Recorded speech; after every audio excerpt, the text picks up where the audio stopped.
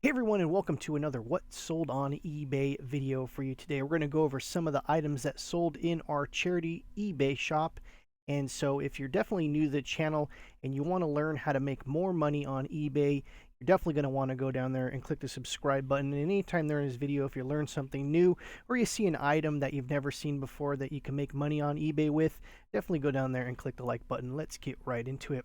First up, we got this nice pair of old vintage Levi's. This sold for $500. These are the ones with the big E, and if you don't know what that means, let me show you real quick. I think it's one of these uh, photos right here. Levi's, if you have a pair of Levi's, go ahead, pause the video, go and look at them. They're usually going to have the small E. The older vintage Levi's will have the big, large E, and you really want to look for those. Some of those go for hundreds, if not thousands of dollars, especially if you can find a really nice pair from the late 1800s. The early 1900s do very well too, and these are just super, super collectible. There is a huge collector market in Asia for vintage Levi's. Some of them go for thousands of dollars. So even worn out, beat up Levi's, you'll never believe. But look for the big E when you're looking out there sourcing. A lot of you that have been into reselling on eBay, you understand this and you know about this kind of stuff. But for those that are new to selling to eBay, you might not realize that the old vintage 50s, 40s, 30s Levi's, they still demand big bucks. So definitely keep an eye out for those. Next up, we have this Sanrio. This is Hello Kitten button set, Hello Kitty, excuse me, button set. This sold for $9.99. Hello Kitty stuff, brand new, plush, all these kind of things definitely sell for really good money. So you want to look out for those. I know we had a huge set of plush figures that sold for $24.99 each from this particular Tanaka Farms, and I'm not exactly sure where the Tanaka Farms is from, but they do a lot of exclusive stuff through Sanrio, which has all these different IP and characters and stuff like this. And the most well-known one, of course, is Hello Kitty. So you definitely want to look up any Hello Kitty items that you might come across. They sell very well, and I just wanted to show this button set. You can pick this kind of stuff up at garage sales or estate sales, or even Goodwills and thrift shops have this kind of stuff. And so just to be on the lookout for this little character right here, Hello Kitty. Next up, we have some vintage Masters of the Universe figures. For those that don't know, this was a action figure that was out in the early 80s and continued all the way through the 2000s. They had very many iterations of this particular character, but this is what they look like. I don't even think I have He-Man. This is Skeletor right here. He's probably one of the most iconic villains of all time in the action figure space, and everyone pretty much knows who Skeletor is. And as you can see here, all these figures are missing their accessories. So just look out for this kind of stuff. This is definitely garage sale type stuff. And this stuff is out here. And it came with this little figure. As you can see here, this figure holder. And this is called Battle Bones. Now, you see there's some broken tongs in there. If you ever come across this thing and it doesn't have the broken little tongs, don't stick the figures in there because the plastic is very brittle. They weren't, this plastic didn't age very well. So you definitely want to do not put your figures in there because they will break and snap off. So this thing actually comes apart into two pieces. I think I might have a photo of the underside of it. No, I don't. So, I mean, if you can come across, multiple ones of these, you can basically put a fresh set together. This one basically has, 3 segments that are broken. As we can see here, the figures were played with no accessories. I mean, there was a couple of accessories right here. There's an evil Hordak leg, and it's kind of sad that I actually know what character that comes from. But if you grew up around this kind of stuff and sold this kind of stuff for years, you kind of know all the different names and things to look out for. This sold for $59.99 plus shipping. And if you can find a good collection of these in mint condition with all the accessories, it could have went for probably triple that price. Next up, we have this vintage 1984 Gremlins book. For those that don't know, in the 80s, They did a lot of these kind of like golden book slash record combo things. This was very, very popular in the 80s. Finding these sealed is pretty hard to do, actually. But as you can see here, Gremlins, very popular movie in the 80s. And just to look out for this kind of stuff, if you see these 45 records, basically the 7-inch records, take another look. Some of these go for pretty good money. But this was a pretty much a bread and butter sale at $9.99 plus $3.99 shipping, and could have went for more. There's different sets or different stories. This is story 3 that goes to this set, and like I said, some of the other 80s kind of genre, He-Man, My Little Pony, all this kind of stuff is still out there to look out for.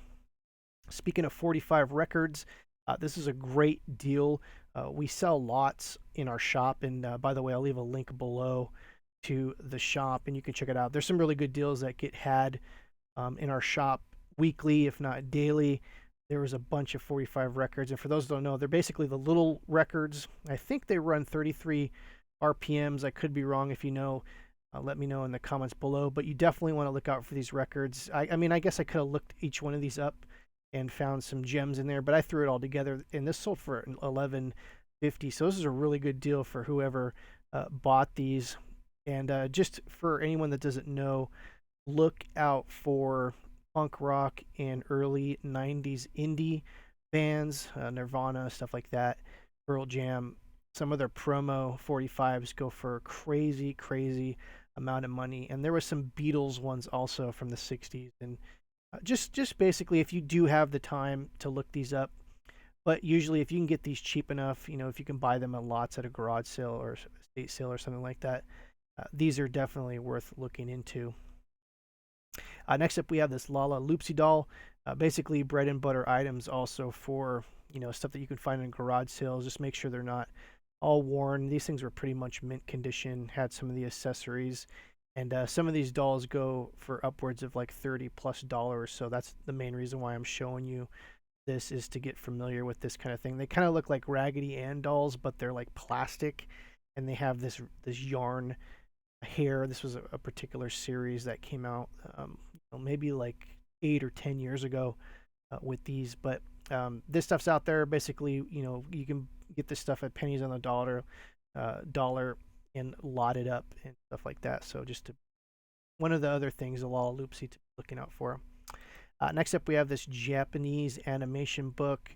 We're still selling books on eBay.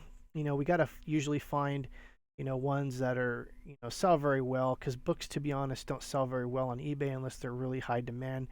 It's kind of just like Amazon. If you're not selling on Amazon, basically it's the same thing. Is you want to see the books that have a good sales rank and sell through. But this was had a really good book on Japanese animation, lots of lots of color photos. It was a really cool book, lots of behind the scenes things, and this sold for $14.99. This is stuff you could find at Goodwill like all day long, for like $2.99 or $3.99. You can make like $5 or $10 on something like this, and you do that multiple times a year throughout the year. That adds up. Next up, we have this Gil Hodges bobblehead. We've talked about bobbleheads many times before in the past. Pretty much, if you're new to bobbleheads, if you can get a bobblehead for under $5 and it's in good condition, they're all pickups. Most bobbleheads rarely sell for under $8. And like I said before, you're going to have to look up these ones up individually. Some of these go for $30, $40, $50+. The majority of the bobbleheads you're going to find out in the wild are going to land anywhere between $10 to $20, mostly in the $12 to $15 range. So just be aware of that. If you can source these for $3 or under, $5 or under, and you don't have any access to a computer or your phone, that's usually a price point that I usually will just buy these. And I've been pleasantly surprised on just blindly buying bobbleheads and them being worth like $80, $60, because there's a lot of these are exclusives, and they're easy to look up. Usually they'll have a player's name on it or a team. And another word of warning is, if you do buy bobbleheads, just to kind of open them up and look at them, because sometimes they break. They're made out of like a a plastery type material, resin plaster. So they're sort of fragile, and the newer ones that are out now usually have a, they're not really painted very well. So that's another thing to kind of look out for. But for the most part, people usually don't care about the bad paint jobs. It's more if it's broken. As you can see, he has a bat, and the bat is something that's in the back there that usually screws in. So that's another thing if it has an accessory to make sure that it's there. Some of the older bobbleheads from the 90s and the early 2000s came all like the bat and everything all came together, but the manufacturers learned very quickly if they put a bat with these things, they broke very easily. So now they have usually the hockey sticks, the bats, anything that's like protruding as a separate piece that just screws in or just kind of pushes in. So that's bobbleheads in a nutshell. Look them all up. You'll be pleasantly surprised if you ever come across these, how much some of them are worth. Next up, we have this iPad Superman cover. And I don't really talk about iPad covers too much because I've gone down a huge rabbit hole sometimes buying these and then they don't sell, especially, when I was doing the 99-cent store runs. But every so often you'll come across some really cool ones. Just know when it comes to iPad covers, usually you want to get the newest version of the iPad, not like first generation or second generation, because a lot of people don't own those anymore. So it's a supply and demand thing.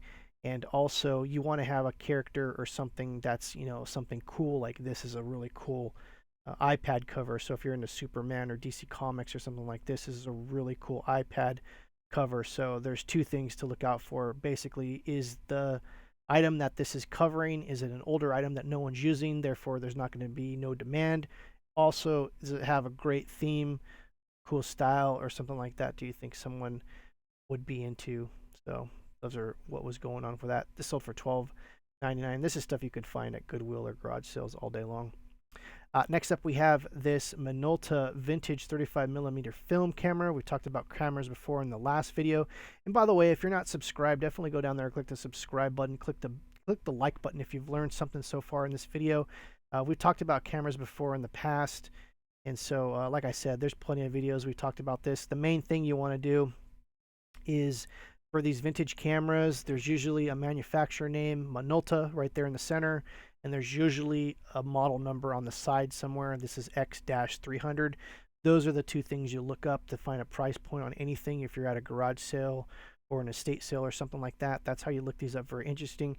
Testing these is a whole other ballpark. And to be honest with you, I would just, if you ever come across this stuff, just sell it as untested.